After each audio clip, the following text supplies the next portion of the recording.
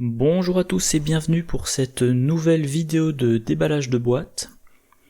On en est à la 3e semaine, la semaine des cartes mono-chercheurs, 6e vidéo sur les cartes mono-chercheurs, donc vidéo qui sera mise en ligne le samedi. Pour ma part, c'est la 2e fois que je fais l'enregistrement à cause d'un plantage d'ordi, donc je risque, je sais pas si ça sera un gain ou une perte, mais d'aller plus vite. Voilà. Allez, on va vite dans le vif du sujet. Dans le pack Les Échos du passé, on avait les aplombs de niveau 1. L'aplomb chercheur, c'est théorie scientifique. C'est un soutien de niveau 1 qui coûte 1. Trait, talent et aplomb. 1 point de santé mentale. Rapide, limite de 1 aplomb en jeu. Les horreurs non directes doivent être assignées à théorie scientifique avant de pouvoir être assignées à votre carte investigateur. Action rapide, dépensez une ressource, vous gagnez plus en intelligence ou plus 1 en force pour ce test de compétence.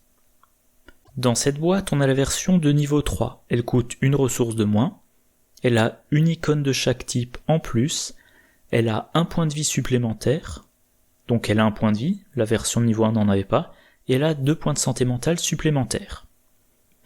Point important que j'avais oublié de mentionner, que j'avais raté dans ma vidéo sur l'équivalent chez les gardiens, bonus passif de plus 1 en intelligence et plus 1 en force. Voilà, et c'est tout. Alors, les points importants, allez je vais prendre un petit peu dans l'ordre, ça coûte une ressource de moins, c'est toujours intéressant. Les icônes en plus, c'est toujours intéressant, on verra plus tard. Les 2 bonus passifs, c'est très bien. Généralement, 2 bonus passifs, c'est un allié de niveau 3. Grete Wagner, Lola Santiago ou Jeunet Bourgard par exemple. Et vous avez en plus la possibilité de dépenser des ressources pour vous booster encore plus. Le meilleur investigateur pour cette carte, pour moi, c'est Joe Diamond. Il a déjà 4 d'intelligence, 4 de force. Il incite à le jouer en polyvalent. Beaucoup de gens le jouent en polyvalent pour du solo. Moi, je suis plutôt partisan de le jouer dans des trios. Mais rien que les bonus passifs de la carte le mènent à 5 et 5. Et ensuite, s'il a les ressources, il peut encore améliorer ses compétences. En plus de ça, Joe Diamond, il va pouvoir jouer bien préparé. Il incline bien préparé, il choisit théorie scientifique et il se donne plus 2 en intelligence ou plus 2 en force. Voilà, c'est un bon bonus. Donc, 4 de base, le plus 1 passif, les plus 2 grâce à bien préparé, ça lui fait déjà 7. Pour peu qu'il ait un bonus autre, par exemple le bonus de son arme, et il monte à 8 ou 9. Pour d'autres investigateurs, le fait d'avoir les 2 bonus, ça sera intéressant quand vous jouez le pouvoir de l'esprit. Alors, si vous jouez le pouvoir de l'esprit de niveau 0, vous avez le droit jusqu'à la fin du round d'utiliser l'intelligence à la place de la force et de l'agilité. Mais si vous jouez la version de niveau 2, vous ajoutez votre intelligence à votre force et à votre agilité. Et vous piochez une carte. Donc prenons le cas de Minty Fan. De base, elle a 4 en intelligence. Elle a 2 en force. Avec théorie scientifique de niveau 3, elle passe à 5 et 3. Le pouvoir de l'esprit fait que quand elle devrait faire un test de force, elle le fait avec une valeur de compétence de 8. Au lieu de 2 de stats basiques, ou de 3 avec juste théorie scientifique de niveau 3. Et comme c'est Minty Fan, elle peut à ce moment-là jouer force brute. Elle fait une action basique, elle attribue force brute. Force brute se retrouve avec 3 icônes de force, donc 5 plus 3, 8, plus les 3 icônes de force brute, ça l'amène à 11. Elle peut, avec sa capacité, rajouter encore une icône pour faire un test à 12 de compétences, et si elle réussit de 2, elle inflige 3 dégâts d'un coup. Voilà. Voilà. Alors, les dégâts et ou horreurs non directes doivent être assignés à théorie scientifique avant de pouvoir être assignés à votre carte investigateur. C'est spécifiquement à la carte investigateur. Vous pouvez quand même les attribuer ailleurs. Vous avez un petit allié avec un effet d'entrée en jeu, et ben vous le sacrifiez pour garder théorie scientifique en jeu. Et, en plus de ça, si dans votre groupe il y a Caroline Fern, l'investigatrice spécialisée en soins d'horreur, probablement dans son deck elle a Pierre Ancienne, Esprit en harmonie. Alors je reviens pas sur comment on obtient les pierres anciennes identifiées, mais réaction de la carte, quand vous piochez n'importe quel nombre de cartes, dépensez un nombre identique de secrets, soignez ce même nombre d'horreurs sur une carte dans votre lieu. N'importe quelle carte, pas uniquement les alliés et les investigateurs. Donc ça marche sur théorie scientifique. Et du coup, théorie scientifique, vous lui mettez 2 horreurs dessus, puis la pierre ancienne retire une horreur, puis l'autre horreur, vous remettez des horreurs dessus, et vous vous garantissez de maintenir théorie scientifique en jeu pendant longtemps, tant que vous prenez pas trop de dégâts. Voilà, donc cette carte-là, géniale dans un deck Joe Diamond, en combinaison avec bien préparé, et potentiellement intéressant dans des decks chercheurs solo, qui, une fois de temps en temps, ne peuvent pas échapper aux tests de force. C'est-à-dire que si je joue un chercheur solo, je vais essayer de lui faire le combat avec autre chose que sa force. Mais un scénario peut m'imposer un test de force du style, je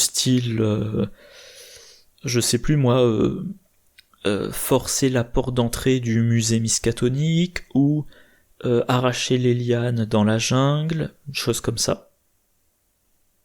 Donc voilà, théorie scientifique, ça sera intéressant dans ces cas-là. Et en plus, encore une fois, si vous générez assez de ressources, vous pouvez fortement augmenter le bonus.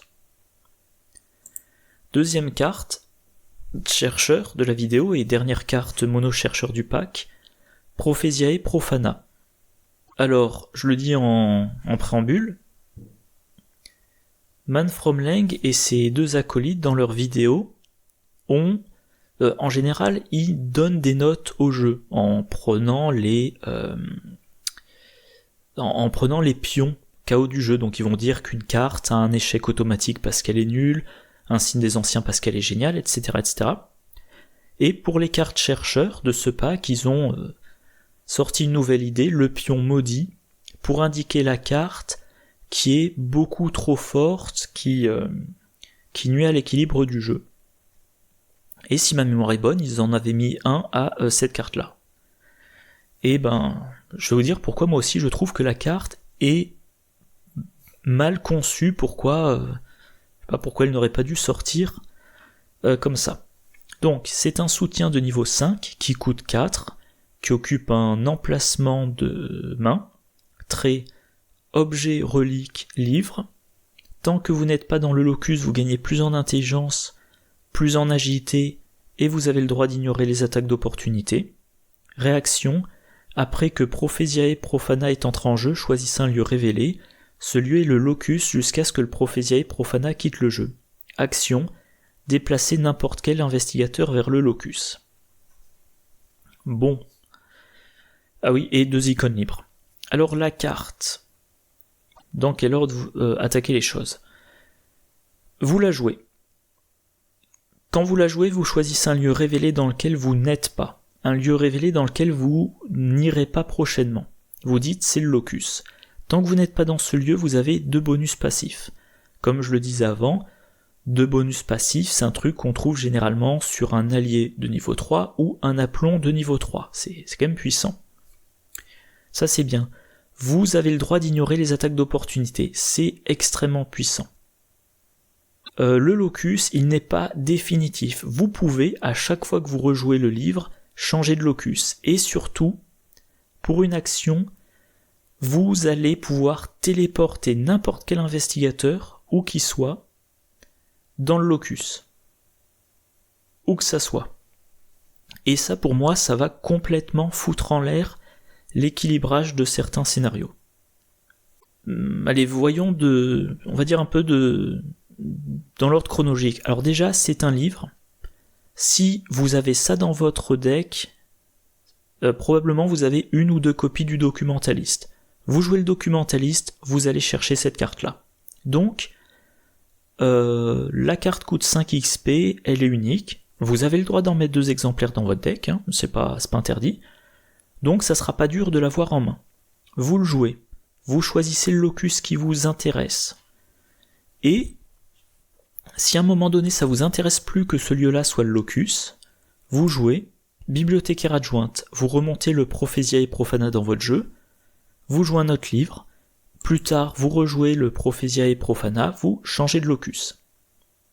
Les 2 bonus, bonus en intelligence, vous êtes meilleur en enquête, vous êtes un chercheur, c'est bien.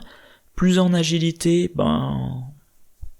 vous n'avez qu'à exploiter cette compétence, vu que vous avez un bonus. Mais surtout, point très important, vous avez le droit d'ignorer les attaques d'opportunité.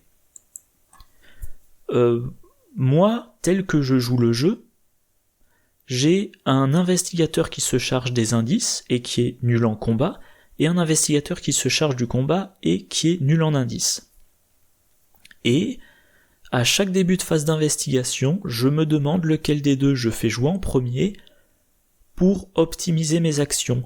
Et si mon enquêteur est engagé avec un ennemi, je fais commencer le combattant, comme ça le combattant débarrasse l'enquêteur de son ennemi, et l'enquêteur peut faire ses enquêtes sans attaque d'opportunité. Avec cette carte-là, je n'ai plus à m'en soucier. Tout ce qui m'importe, c'est est-ce que mon chercheur est engagé avec un ennemi au début de la phase des ennemis ou pas. Mon enquêteur maintenant, il est engagé avec un ennemi, peu importe, il peut se déplacer 3 fois, enquêter 3 fois, il ne subit aucune attaque d'opportunité. Il a... Je disais dans ma première tentative d'enregistrement, moi ça me fait penser dans certains jeux vidéo, quand un personnage respawn, pendant un moment il a une sorte de bulle d'invincibilité, et il ne craint aucune attaque. Là c'est ça. Pendant toute votre phase d'investigation, vous ne craignez pas les attaques d'opportunité. Vous pouvez séparer votre enquêteur de votre combattant. Si l'enquêteur devient engagé, il va dépenser 2 actions pour revenir dans le lieu du combattant, sa 3e action pour enquêter, il se prend aucune attaque d'opportunité, et le combattant peut tranquillement... le combattant a ses 3 actions pour tuer le combattant. Alors qu'avant la sortie de cette carte, on aurait plutôt eu tendance à dire le combattant il dépense 2 actions pour aller dans le lieu de l'enquêteur, et ensuite s'il est sûr de lui, une action pour tuer l'ennemi, ou s'il est moins sûr de lui, une action pour engager l'ennemi vu que le combattant en général encaisse mieux. Donc cette carte là brise le rythme du jeu. Autre chose, ça combotte extrêmement bien avec Genet-Bourgard. Genet-Bourgard, alors les 2 mêmes bonus passifs, c'est-à-dire que pour un chercheur lambda, quand vous cumulez les 2, vous êtes passé de 4 à 6 en intelligence, avec 2 emplacements, et il vous reste plein d'autres emplacements pour avoir des bonus d'intelligence. Mais en plus la réaction, lors de votre tour, après vous êtes déplacé vers un lieu, inclinez Genet-Beauregard, déplace un indice ou un ennemi non élite d'un lieu connexe vers votre lieu, ou vice-versa. Dans une vidéo précédente, je disais, si je me souviens bien, un chercheur qui est engagé avec un ennemi et qui a Genet-Beauregard, il peut sortir de son lieu, puis renvoyer l'ennemi dans le lieu, dans un lieu connexe, celui duquel il vient ou un autre, mais au passage il se prend une attaque d'opportunité. Et là même pas, avec le livre. Vous sortez de votre lieu, vous prenez pas d'attaque d'opportunité, et vous renvoyez l'ennemi d'où vous venez. Voilà. Je sais pas, vous ignorez les ennemis pendant la phase d'investigation quasiment. Et maintenant que vous êtes plus engagé avec un ennemi, vous pouvez utiliser éclaireur pour vous redéplacer. À noter, les ennemis massifs. Les ennemis massifs, on est engagé avec eux quand on est dans leur lieu, mais on ne devient pas engagé avec eux, c'est un peu subtil. Et surtout, point important, quand on quitte leur lieu, ils ne suivent pas. Et ben, avec le livre, il n'inflige plus d'attaque d'opportunité.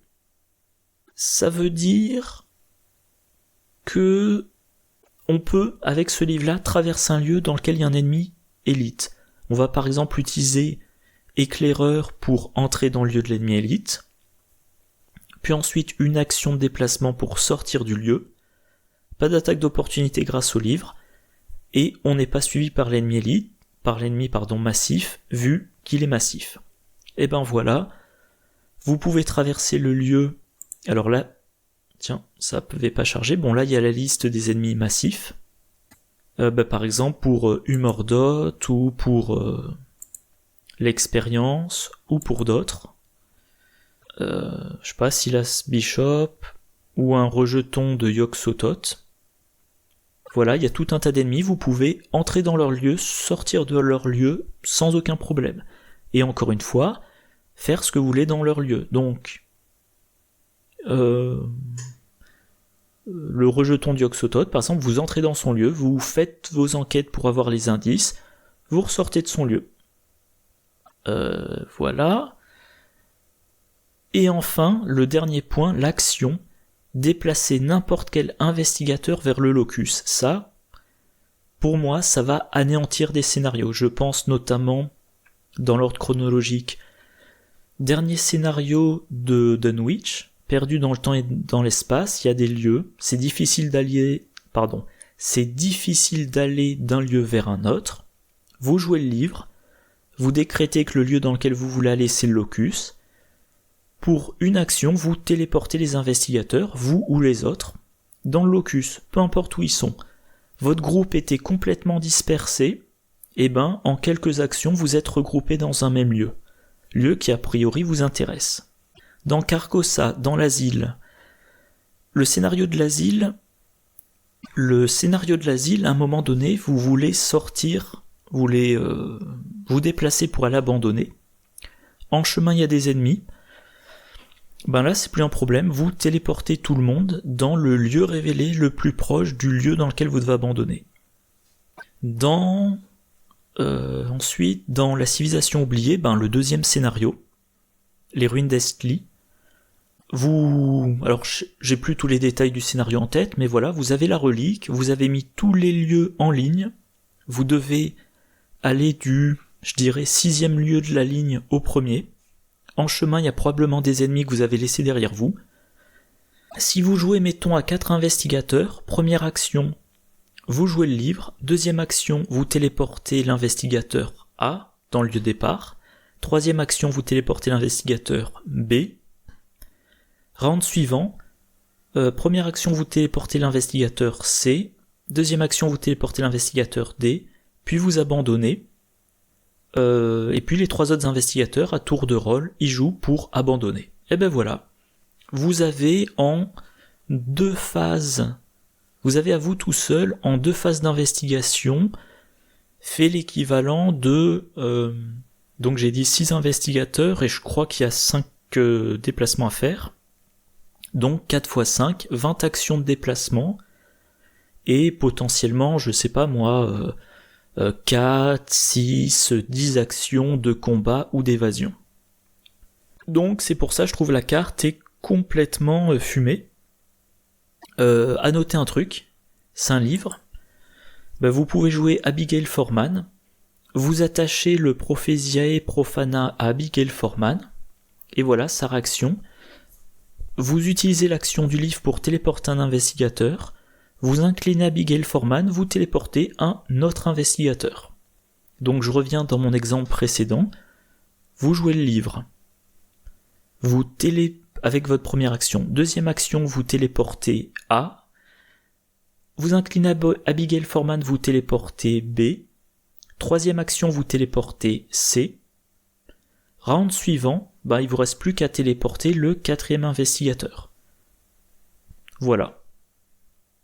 Et à noter, oui, quand la carte quitte le jeu, on le lieu n'est plus le locus. Donc avec la bibliothécaire adjointe, on peut remonter le livre, le rejouer, remonter la bibliothécaire, rejouer la bibliothécaire, remonter le livre, rejouer le livre.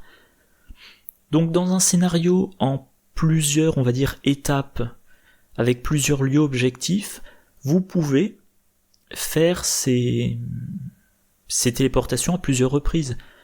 Imaginons un lieu en Y, voilà, on va dire ça comme ça. Imaginons un lieu en... Non, bon, je vais pas donner d'exemple, sinon je vais m'embrouiller, mais voilà. Vous définissez un premier locus, vous y téléportez tout le monde. Quand vous avez fait tout ce que vous aviez à faire dans le coin, puis que vous devez aller ailleurs, vous le remontez dans votre main, vous le rejouez, vous définissez un deuxième locus, vous téléportez tout le monde, et comme ça, on peut... je vous ai donné l'exemple avant, on peut, dans un grand groupe, économiser une dizaine d'actions, plusieurs dizaines d'actions grâce à cette téléportation. Donc moi, à titre personnel, je pense que je ne jouerai jamais cette carte que je trouve beaucoup trop déséquilibrée. Je suis persuadé qu'elle sera sur la liste des tabous très prochainement. Et je pense que comme toutes les cartes qui sont terriblement fortes et qui entrent sur la liste des tabous, elle va se prendre un sacré coup un grand coup de marteau. Et il est assez probable que le changement dissuadera les gens qui l'aiment comme ça de la jouer. Et potentiellement, ça n'empêchera pas les gens qui considèrent que c'est complètement fumé de toujours trouver que c'est complètement fumé. Donc au final, moi ça c'est une carte, je sais déjà que probablement je la jouerai jamais. Je la jouerai pas telle quelle parce que elle est beaucoup trop forte. Et si sur la liste des tabous on me rajoute un truc du style exceptionnel, je me dirais 10 XP pour une carte. Moi avec 10 XP je préfère mettre dans mon deck 3 cartes qui font des combos sympas. Un autre changement possible, ça serait de dire action, déplacer n'importe quel investigateur vers le locus, et retirer cette carte de la partie à la fin du round. Ok, mais dans ce cas-là, concrètement, t'as toujours le même effet super puissant de la carte. Enfin, la carte est toujours super puissante, c'est juste qu'elle n'est plus réutilisable. Il faudrait vraiment, pour que la carte devienne jouable, il faudrait beaucoup de changements sur la liste des tabous, et ça la rendrait peut-être moins déséquilibrée, mais ça la rendrait pas forcément plus fun. Et donc, encore une fois, je pense que je ne jouerai pas cette carte. Et au passage, j'avais pensé à une combo plus